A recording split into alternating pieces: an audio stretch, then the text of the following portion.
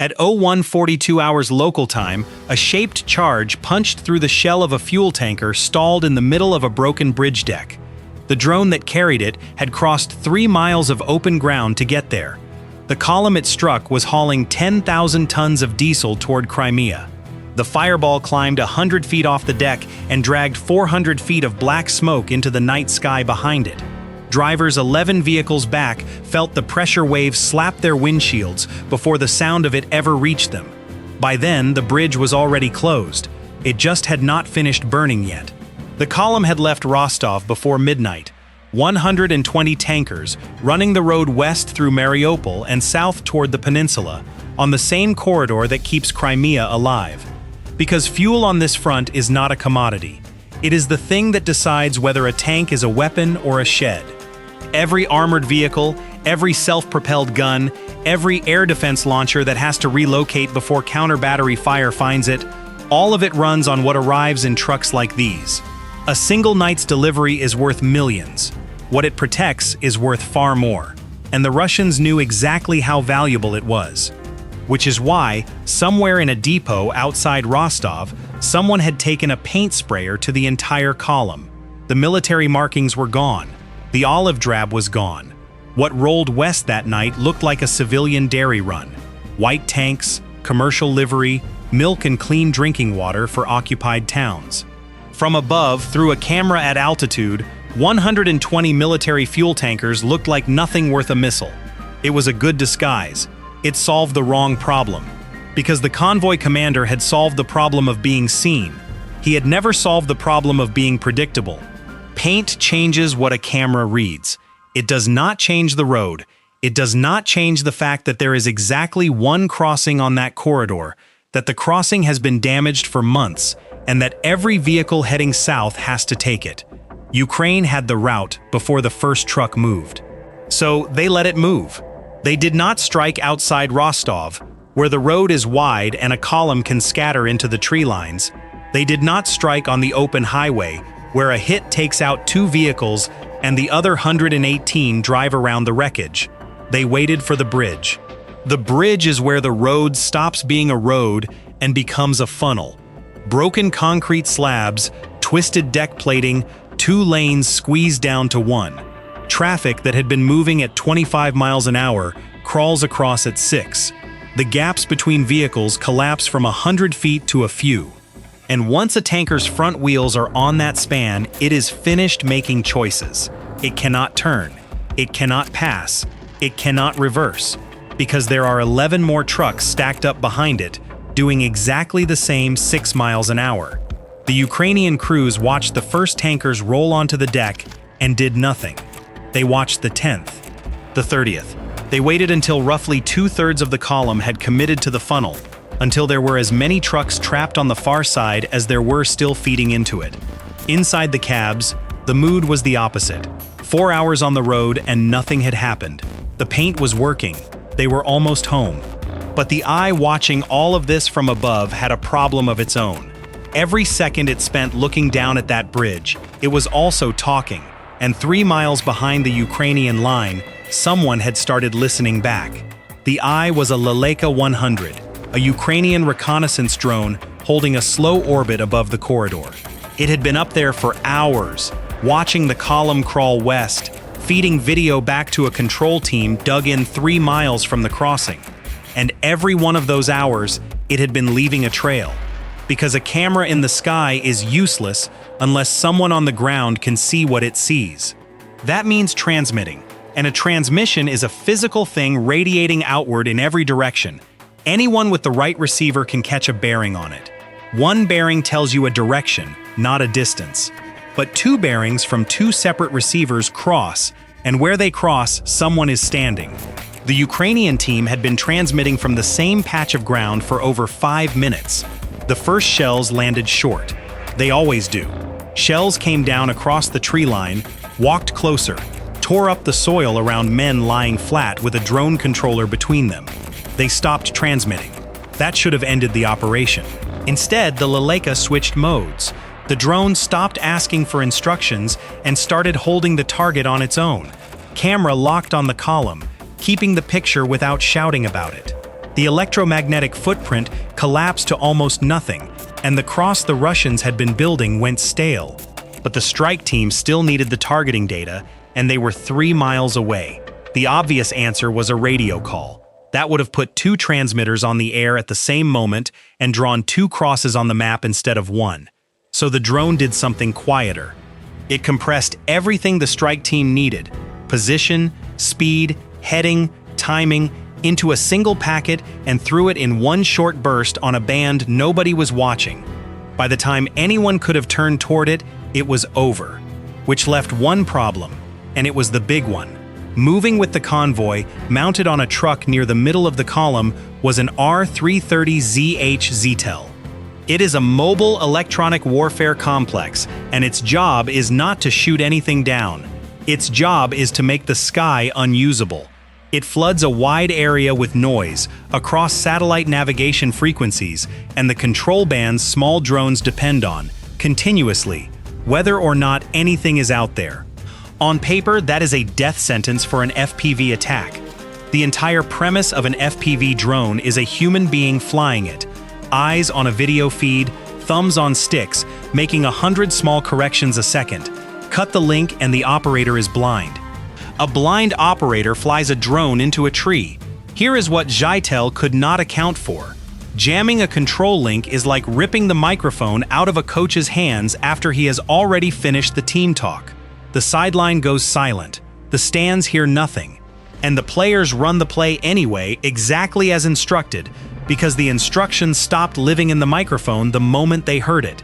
Zhitel could silence the conversation between pilot and aircraft. It had no mechanism at all for reaching inside the aircraft and revoking a decision that was already sitting in there. And the numbers made that gap enormous. The video degraded first, 60 frames a second down to 30, down to 15, the picture breaking into blocks of color. Then it froze, then it was gone, and for roughly 5 seconds the operators had no image at all. 5 seconds sounds survivable. But at 80 miles an hour, 5 blind seconds is nearly 600 feet of ground covered. A drone crossing 2 football fields toward a target while the man responsible for it stares at a dead screen. When the picture came back, it came back wrong. The formation had drifted right. The bridge was no longer centered. It sat off at the left edge of the frame, the tankers still grinding across the broken deck exactly where they were supposed to be. The onboard vision system started working the shapes, hunting for the outline of a tanker body against the concrete. And in that same returning frame, at the top of the picture, something came down out of the tree line at 75 feet and started diving. They were interceptor drones, and they were built around a single idea. The cheapest way to stop a drone carrying a warhead is another drone carrying nothing at all. That sounds like a downgrade. It is the opposite. Strip the explosive off an airframe and everything improves. Less mass, more thrust for the weight, sharper acceleration. These machines were not trying to survive the encounter. They needed one thing: to arrive in the same cubic yard of air as a loaded FPV at enough speed that the collision does the work. And they had altitude to spend. Sitting at 75 feet above the tree line, an interceptor is holding stored energy. Push the nose over and that height converts straight into speed. 2 of them came down the slope of that dive at 120 miles an hour into a Ukrainian formation still pressing forward at 65. Head on, that is a closing rate past 180 miles an hour, more than 260 feet every second, which is the trap inside their own design. An interceptor in a dive is a diver off the board. Carrying nothing is exactly why it falls so fast, and it is exactly why it cannot change its mind halfway down. The commitment and the speed are the same decision. Once the nose is over and the ground is coming up, there is no version of that maneuver where the machine goes back to the tree line and tries again. The Ukrainians had less than 6 seconds at 500 yards. 6 seconds is not nothing. A clean drone would break left and be somewhere else. But these were not clean drones. 4 minutes of continuous flight, a warhead bolted to the nose, motors already working hard just to hold 6 feet of altitude. They could still run fast in a straight line. They could no longer snap sideways. The first two took the impact and came apart, and a fireball opened at 20 feet. Then the Ukrainian operators stopped trying to dodge.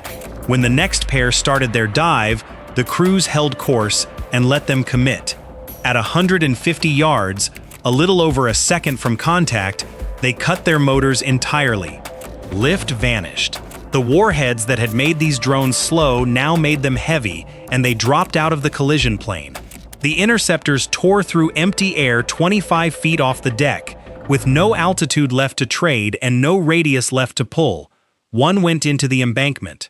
The other went into the dirt beside it. But a third group was already climbing above the tree line, and by now the Ukrainians understood the shape of this fight. Reacting meant getting picked apart one drone at a time. So they stopped reacting and started baiting. The formation split. Half went to full throttle and ran hard and high straight at the bridge, screaming the loudest signature they could manage. A strike run entering its final phase, impossible to ignore. The other half throttled back and sank to 3 feet, drifting along the embankment like dying machines with dead batteries and nothing left. The interceptors took the bait. All of them. They rolled onto the fast group and chased, and 30 seconds of pursuit carried them away from the one thing they had been placed there to protect. Then the bait turned around. The lead group cut speed, swung 180 degrees, and came back down the same line at the drones hunting them. The gap closed at 260 miles an hour. The interceptors had about 2 seconds to process that. The targets they had been chasing were warheads with motors, and no time at all to do anything with that information. The detonations came one after another, and both formations came apart together. The bridge was now undefended from the air. It had cost the Ukrainians almost everything. The survivors, the ones who had spent the whole fight crawling along the embankment, were down to 6% battery. Enough to reach the crossing. Enough to fly in a straight line. Not enough for a single turn, a single climb, a single evasive move. Any one of those would pull the voltage under the floor and stop the motors before the target. And 2/3 of the convoy was already across. 500 yards out, the survivors left the embankment, climbed to 45 feet, and went to full power. Everything left in the packs converted into speed. The Russians saw them coming.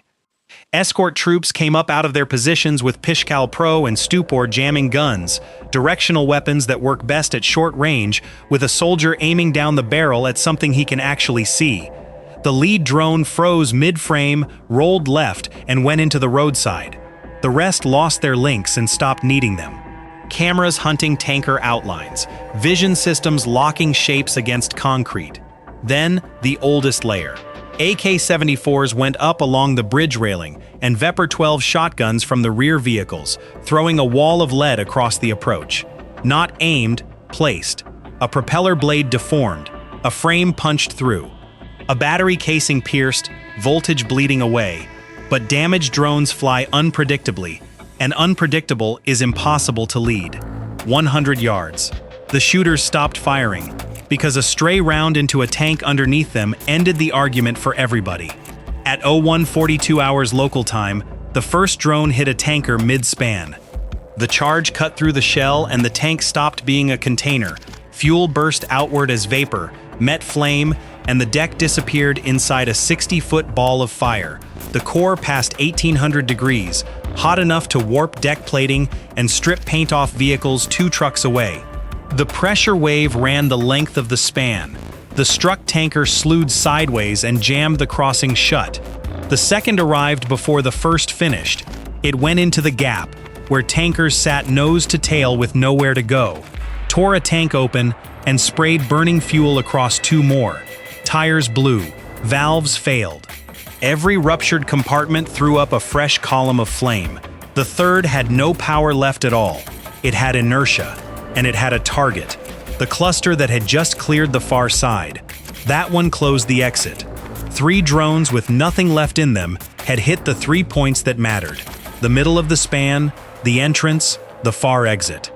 The tankers caught between those hits could not go forward and could not go back, and the fire took its time with them. The exact count of vehicles destroyed has never been independently established. Like most of the numbers in this story, it comes from the side that benefits from it being large. What is not in dispute is that the crossing was shut and that everything queued behind it was still sitting on that road at dawn. That is the whole point, and it has almost nothing to do with the trucks. Fuel is what converts a mechanized force into a moving one. Tanks that cannot move are not tanks. They are fixed positions with expensive optics. Air defense launchers that cannot relocate get found. When a delivery route closes, nothing dramatic happens on the front line that day. It happens a week later, when a unit that should have repositioned is still where the last satellite pass found it. And Kyiv does not need Crimea to fall. It needs Crimea to become expensive.